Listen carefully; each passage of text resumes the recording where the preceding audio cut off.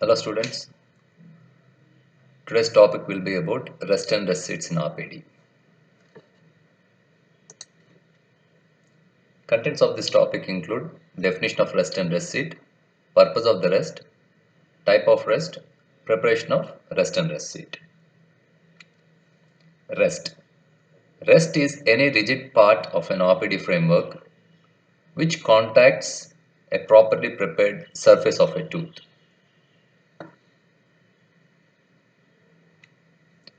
Rest seat.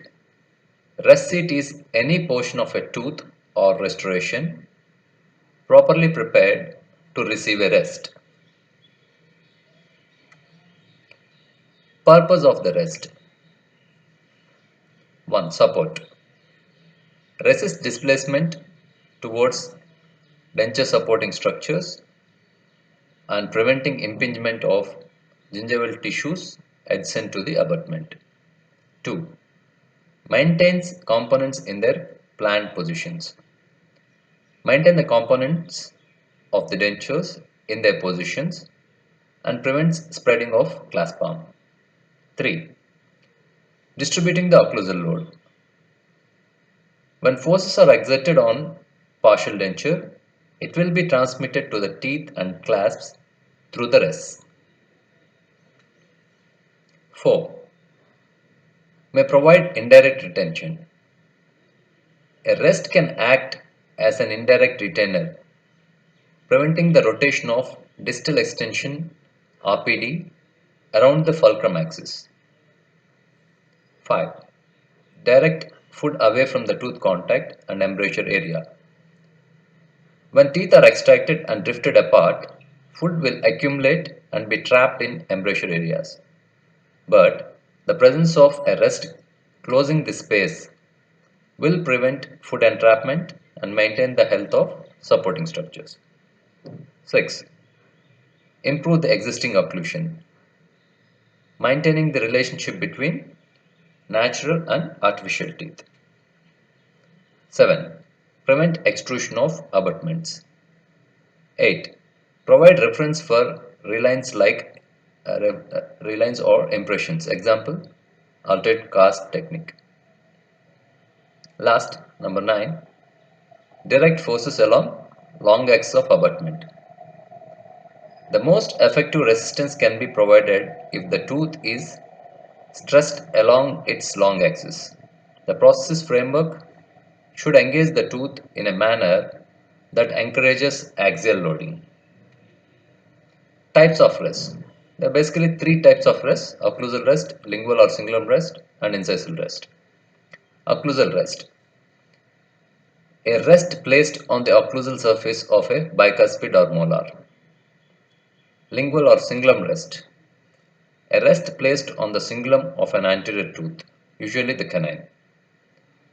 Rest may also be placed on the linguals of posterior teeth by creating a ledge on the tooth surface, generally on the servate crowns. Incisal rest. A rest placed on an anterior tooth at the incisal edge. Preparation of rest and rest seat. Occlusal rest. The outline form of an occlusal rest should be rounded triangular shape with the apex towards the center of the occlusal surface, as you can see in this picture.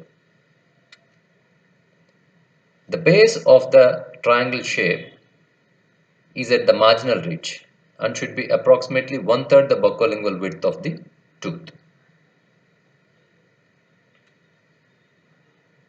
The marginal ridge must be lowered and rounded to permit a sufficient bulk of metal to prevent fracture of the rest from the minor connector. So you should achieve at least a 1 to 1.5 mm of clearance. The floor of the occlusal rest seat should be apical to the marginal ridge, and occlusal surface should be concave or spoon shaped.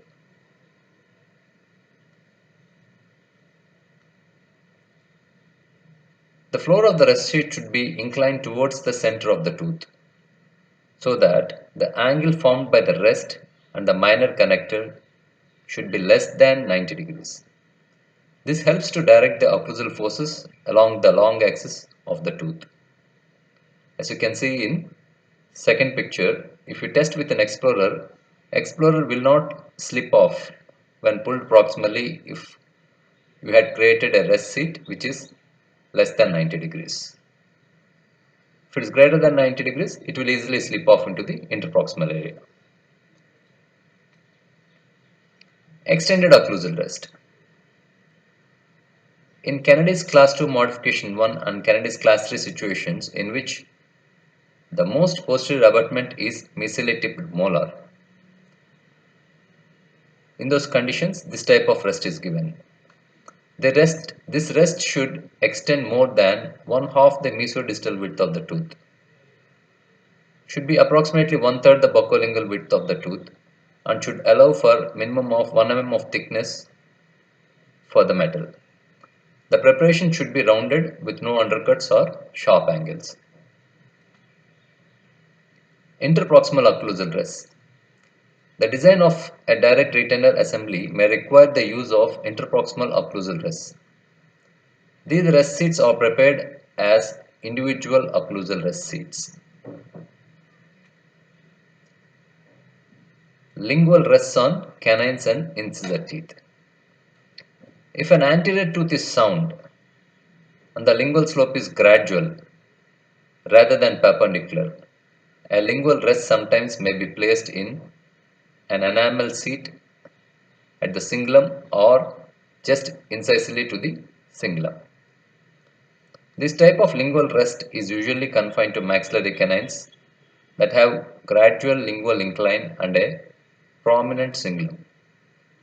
In few instances, such a rest also may be placed on maxillary central incisors. Lingual rest seat preparations in enamel are rarely satisfactory on mandibular anterior teeth because of lack of thickness of the enamel. The preparation of an anterior tooth to receive a lingual rest may be accomplished in one of two ways. A slightly rounded V is prepared on the lingual surface at the junction of gingival and middle one-third of the tooth. The apex of V is directed incisally. The proximal view demonstrates the correct angulation of the floor of the incisal rest seat. As you can see in the second picture, the rest seat is less than 90 degrees. The most satisfactory lingual rest from the standpoint of support is one that is placed on a prepared rest seat in a cast restoration. As you can see in the second picture, you can see a rest seat prepared on the distal of premolar and lingual rest is placed on the canines and lateral. Incisal rests and rest seats. Incisal rests are placed at the incisal angles of anterior teeth and on prepared rest seats. Incisal rests generally are placed on enamel. Incisal rests are used predominantly as auxiliary rests or as indirect retainers. It is more applicable to mandibular canine. The incisal rest is prepared in the form of a rounded notch at the incisal angle of a canine or on the incisal edge of an incisor, with the deepest portion of the preparation apical to the incisal edges. As you can see in this picture, the preparation of incisal rest on the mandibular canine. So this completes the rest and rest seats. Thank you all.